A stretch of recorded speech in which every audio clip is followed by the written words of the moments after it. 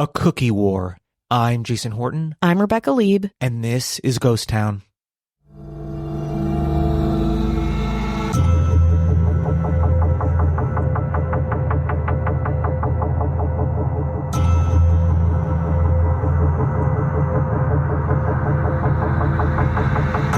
If you don't know Crumbl cookies, you probably don't live in North America and or aren't online too much.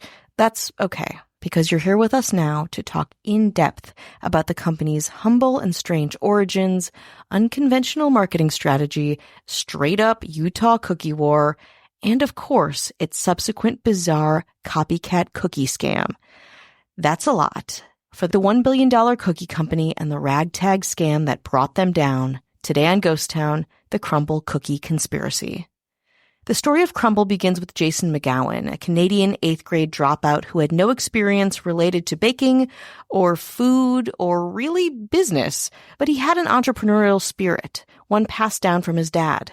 McGowan had watched his dad try to make it in Canada with a small airport pickup and drop-off business. But due to some licensing issues with the Canadian government, the company soon went under. To be good at business, the 20-something knew he had to leave his small Alberta town and go somewhere where he could learn and really thrive. So he went to America. Well, more specifically, Utah.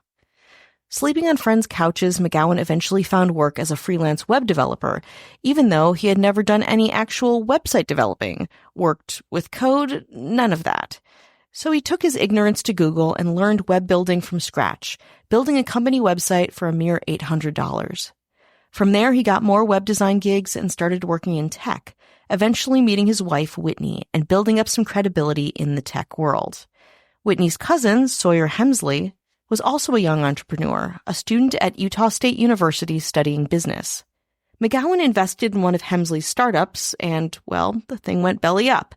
But McGowan admired his cousin by marriage's ambition, and in 2017, the two decided to formally go into business together. After talking through dozens of ideas, the two cousins decided that maybe cookies were the thing. Random, right? I couldn't find out why they hopped aboard the cookie train, but according to the Crumbl website, McGowan and Hemsley, quote, teamed up on a quest to bake the perfect chocolate chip cookie. They dreamt of bringing people together over a box of the best cookies in the world. Inspiring, no? But first, the two actually had to learn how to bake the best cookie in the world, literally. And let's just say it took time for these two guys to get it right. At 12, 1 a.m., 2 a.m., even later, the cousins would go through hundreds of pounds of dough using trial and error, making cookies so bad that in a later interview, McGowan called the desserts the two had produced, quote, flat, raw, and disgusting. Meanwhile, two local competitors, Dirty Dough Cookies and Crave Cookies, were teasing their own openings with suspiciously similar aims, making and selling delicious cookies for profit. We'll get to them later. In the meantime, McGowan decided to apply some tech knowledge to his abysmal cookie making using a concept called A/B testing, which is basically testing two versions of a product and only changing one element at a time, a kind of control and variable process. The two made two types of cookies and would go to local gas stations asking people which cookie they liked better. Then, based on this gas station feedback, they'd tweak and refine their recipes. 5 months of this, and the team finally produced their very soft and very massive milk chocolate chip cookie. So they finally had a product. But now they needed a storefront. With all of McGowan's personal savings, they leased a commercial space in Logan, Utah at $800 a month. Because they had very little money, they could only offer one product at their store, and it was, you guessed it, that milk chocolate chip cookie. But wildly, a random store in Logan selling one thing, a chocolate chip cookie, actually gained a following. Through social media, word of mouth, and having pretty good cookies, the store became successful, and, drum roll, they added a second cookie into the mix, if you can call it a mix, their now famous chilled pink sugar cookie. Crumbl cookies continued to sell out, and the cousins couldn't keep up with the demand. Taking a note from the fashion industry, Hemsley had an idea that they do drops. Like any sought-after fashion company, drops are when brands release their products in limited quantities or for a limited time, creating a scarce and lucrative rush to buy the product, as it would not last long. So Hemsley applied this logic to Crumbl, creating a rotating menu. On Sunday mornings, Crumbl would release 6 different exclusive cookie flavors, one for each day. The, quote, drop created buzz, even though these cookies personally do not sound the most appetizing or exciting, with titles like Cowboy Cookie, Fruit Pizza, and Sugar Shark. The cookies themselves looked good, huge, chunky, and soft, usually with a thick frosting or glaze with a pop of color. These Instagrammable cookies were shared far and wide, and so, of course, people wanted them. Demand shot through the roof for a time. It became a kind of exclusive Crumbl club, with Gen Z and millennials sharing the drops online and describing their experience of eating them. The cookies gained a bit of a cult following, and soon the cousins opened another store, and then another. And then the company franchised, opening 15 locations in their first 2 years of business and doubling down on their sleek branding and vibey social media presence. According to Bon Appetit, quote, instead of relying on recipe know-how, the two leaned into social media as the vehicle that could make the company successful. They bet big on TikTok, where the company now has 6 million followers, more than Taco Bell and Starbucks combined. In 2018, it began announcing new flavors every week in reality competition promo-style videos using tight close-ups, quick cuts, dramatic EDM soundtracks, and slow motion. On Crumbl Cookie's third anniversary, the business had over 100 locations. The strong branding and online following made the company seemingly pandemic-proof, with online sales going up and, if you can believe it, even more stores being opened. In 2022, Crumbl opened an additional 400 locations, basically one store per day, sometimes more in that year alone. But also in 2022, Crumbl didn't seem to be slowing down. In fact, it was forcing out competitors, suing Crave Cookies and Dirty Dough, two early cookie companies in the United States District Court of the District of Utah, alleging that the defendants, quote, had unique ties to Crumbl and had a, quote, confusingly similar marketing and business model. The suit continued, saying, quote, Crave deliberately adopted the infringing trade dress, knowing and intending that the relevant public, including consumers, would likely be confused, thereby unfairly diverting sales from Crumbl to Crave. Confounded by the sudden litigiousness of these wholesome, fun-seeming companies, the legal entanglement was deemed the, quote, Utah Cookie Wars by those following the controversy. But the Utah Cookie Wars did not last long. In 2023, the lawsuit against Crave was eventually dropped, and the Dirty Dough suit was settled out of court. But that wasn't the only trouble Crumbl got into in 2022 and 2023. Firstly, the cookies began coming under fire for being, well, very bad. Social media began turning on Crumbl, saying that the cookies looked and tasted not as advertised. And then Bon Appetit got in on the Crumbl hate, publishing a review of the brand. Were they biased? You tell me. The piece was titled, Dear Lord, Crumbl is supposedly America's fastest-growing dessert shop. Here's a little excerpt. Quote, Crumbl was recently deemed the fastest-growing chain of dessert shops in the U.S. by the New York Times. The big contradiction of the cookie empire, which has more than 750 locations nationwide, the cookies are, by many accounts, spectacularly bad. It goes on to say, quote, the company has created cookies that photograph well and that are highly anticipated. But in the end, it's quite widely acknowledged that the cookies are not amazing, not even great. Good is generous, and okay is a stretch. Then in December 2022, the U.S. Department of Labor fined 11 Crumbl cookie franchises for 46 violations of child labor laws. Think assigning underage employees to extra shifts and tasks involving, quote, potentially dangerous ovens and machinery, to name a few. Crumbl HQ eventually issued a statement apologizing and affirming their commitment to, quote, a safe and welcoming work environment, and the Crumbl franchisees were fined over $57,000 in total for the violations. After this, 7 locations closed in Utah, Georgia, Florida, and California, and the brand's cachet was going down fast. At the end of 2023, Crumbl Cookies got rebranded as just Crumbl, like Prince, but for cookies, and revealed a new text-based logo that looks more like a dating app than a cookie seller. They even invented a typeface for their logo, Crumbl Sans. In January 2024, Crumbl launched their first non-cookie item, Cinnamon Square. Exciting. They also partnered with Olivia Rodrigo to create a Guts cookie, and seemingly have big plans for the future. Despite its controversies, Crumbl is still going strong. It's one of the most followed brands on TikTok still, selling more than $1 million in cookie revenue every day at their almost 1,000 locations. But nothing would prepare Crumbl for what would happen in September of 2024, when it faced one of the most bizarre attacks on the company and product that they had ever seen. A cookie catfish or conspiracy. I promise I'll explain it all after this break.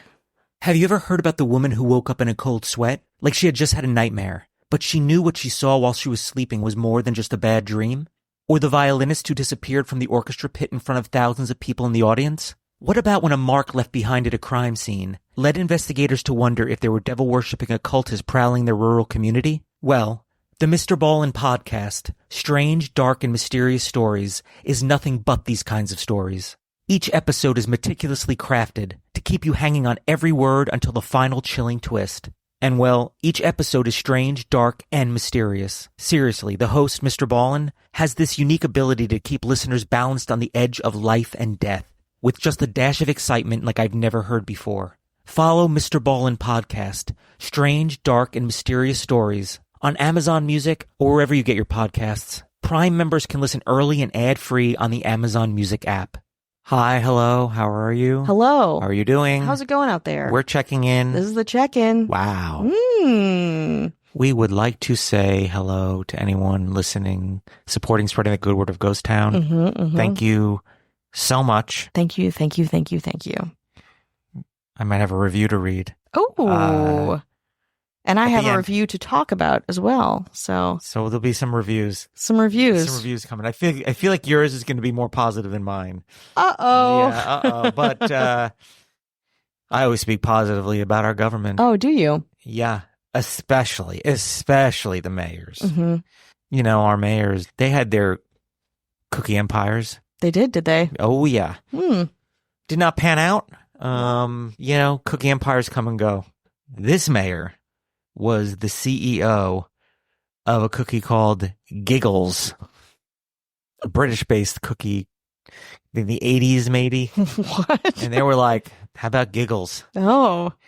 I think Giggles is great if you would like to kidnap and like a child? Yeah, and you're like, let's just name the product, the thing. Yeah, it sounds like it has marshmallow. Does it have marshmallow in it? Oh, just it's got impulse. It's two judgment. vanilla cookies filled with fudge and vanilla cream in the middle. Mm. Usually, like British, cookie bakeries, the baked goods and candy are pretty great. Yeah, generally that's speaking. true. But Giggles didn't last, and Chris Hernandez is behind that. Oh, hello, and thank you. Now, this one I remember. I remember the packaging. They were pretty good cookies called Almost Home, and they look like. It has kind of like a Pepperidge Farm. It's Nabisco. It had like a Pepperidge Farm look. Cozy. Sounds cozy. Very cozy. Yeah. There's like almost like the stitching where it says Almost Home. Like it's almost like a knitted quilt or something like that. This is a very 1980s, 1990s cookie. I thought it was a good cookie. I guess people don't like home. So, but I'll tell you who loved being the CEO. Marissa Rothermel. Hello. And here's another fun one. Magic Middles. What's in the middle? Magic. Oh. Title didn't say it all. Just wanted like a cream this filling or would like be a fudge. a Keebler jam. Wow. Okay. A Keebler joint. Another thing that these brands of things exist, and for some reason they're just not there anymore, and you don't register they're not there anymore. You're not like, I need my Magic Middles. Yeah. I'll tell you who also is brokenhearted. Matthew Clemens Leray. Sorry. And this mayor was like, go big or go home. Oreo Big Stuff 1F. Oh, I remember. Okay, this yeah. is the first one that actually rings a bell in my brain. It's like, you want to get stuffed? Hell yeah. Hey, listen, that's the answer. I always want to get stuffed. I don't need any context. Okay? Just want to get stuffed. And that only lasted from 84 to 91. So that was pretty old school. I was only in my mid to late 30s when it ended. That's it. Just a young buck. It's our mayor, Casey Weber. Hello. And this next mayor was like, Fig Newtons? Nah. How about Apple Newtons? Strawberry Newtons? Raspberry Newtons? Love all those Newtons. Another Nabisco joint? Yeah. But people are always like, it's fig or nothing. Which no, it's like I know. fig. I No, know. raspberry Newton, amazing. I remember those multi-flavored fruit Newtons. Yeah. They were probably, great. I think probably what happened is people were like, no, this is better, but I'm so used to some reason. Who eats figs? Yeah. Get out of here. That's right. But they are kind of good Yeah. as an option. It's like Munchausen by proxy, but the fig Newton is holding us captive. Is that right? Well, this mayor has held us captive for a little while. It's Kelly Meehan, Hello. who I hung out with when I was in Philadelphia. She came to one of yeah? my stand-up Oh my shows. God, And her that's husband, amazing. yeah, Oh, yeah, she was there. She was getting crowd work done. She was handing it right back to the. I didn't Love do that it. because I don't impose on. Well, I did. I imposed on other people, but not Kelly and her husband. Mm-mm. So we hung No. out, and I was like, "Wouldn't it be great if Rebecca was here?" That would be great. And she was like, "Rebecca?" I was like, "Yeah, the other host on Ghost Town." The woman voice. She's like, "Oh yeah, She's like, sure. I guess, Sure. but God, the good one." Mhm. Yeah. We got the A. That's what she was saying. Oh, Well, that's Kelly Meehan, hello. and this mayor was like, "More Oreos. This is Oreo." Oh Where no. it was chocolate on the inside and vanilla as the cookie, so the inverse. Whoa, switcheroo, surreal. Yeah, so people were like, "We Don't want this. that." That's not the cookie we want. No, that's Why the would you make opposite. the cookie we don't want? That's what the huge Yeah. was the cookie itself. Yeah.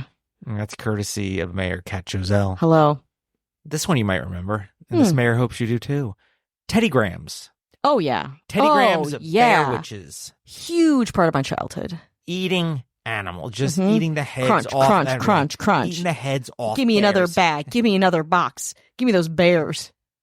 Well, you were the only one because the brand did not last. Well, it tasted like a shellacked sugar cardboard. Yeah. So I understand that. but good. But I like them.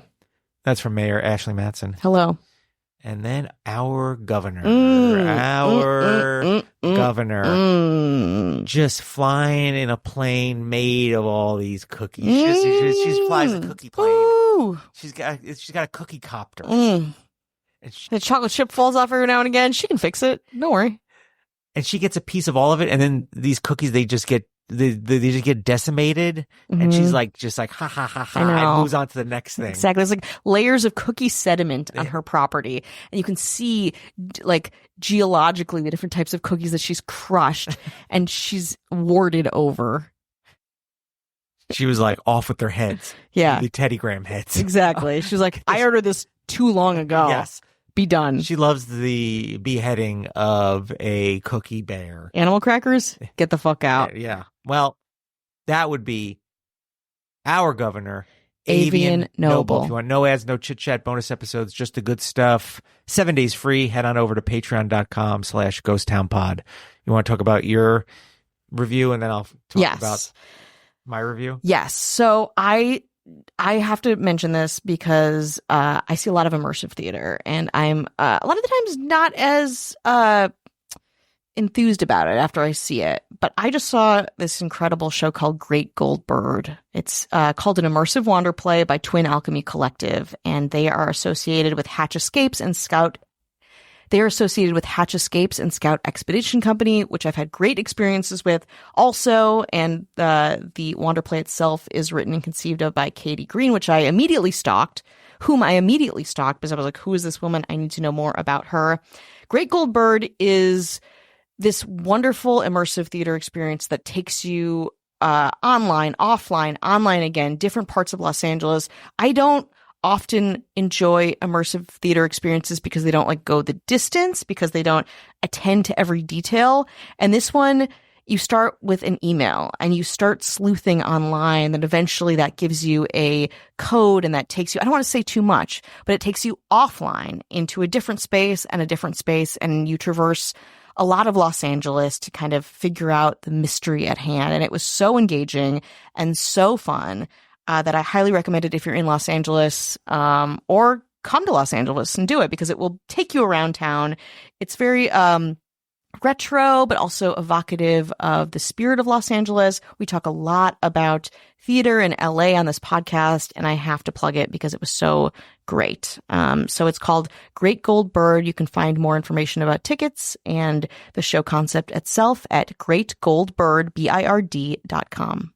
Well, this won't be so great. Oh no. Will it be gold? No, maybe a bird-like? bronze, a rusty bronze, maybe. Okay, here we go. I've tried a number of times, but I can't get past the confusing middle of the show. 3 stars. Okay. That's not we'll bad. take it. Yeah, we will take it. We'll take Crawl on my hands and it. knees for that one. Well, we are in the thing that this person is talking about, which and if they hate other parts of this, they're gonna hate this one. I find the beginning so interesting when Rebecca talks about the background and history of the place. Mm. And then the podcast comes back from a commercial and they keep talking about mayors. Maybe longtime listeners get it and love it, but as a new listener, I'm confused and bored and taken out of the story. That's Joanne CV in the USA. Let me tell you something, Joanne. I'm in a mood today. Yeah. And I'm the good cop today. Yeah, I'm bad cop today. I'm going to say one thing. I will never stop talking about our mayors. Ever, ever, ever. Not for you and not for anyone. So take that back to iTunes and I think give us another. It's called Apple Podcast now. I don't know what year you think it is. I'm in a fugue state. I'm in an anger fugue state. Just go back to Apple Podcast and give us a 4-star review now. Thank you very much. We do appreciate any review that you give. Yes. Mm-hmm. So for anyone out there listening, you're here right now. The break. This is all the break, and this is what we like doing the podcast. We like talking about things, sorting things out, hashing it out, and then we go back to things. So if you don't enjoy this, and I might fast forward this on another show. Maybe I generally tend to listen to everything, so I'm lazy. But just hit that fast forward button. Yeah, it's free. It's free. Yeah. We do this for no money. Yeah. So just fast forward. In fact, if I lost money parking today. So Jason lost money parking today. So fast forward, Joanne. But also thank you. But also thank you so much. Please never stop listening. We'll do better. We'll do better. You want to get back to it? Let's get back to it. After some big missteps, a cookie war, and a franchise crackdown on child labor, Crumbl was still going strong.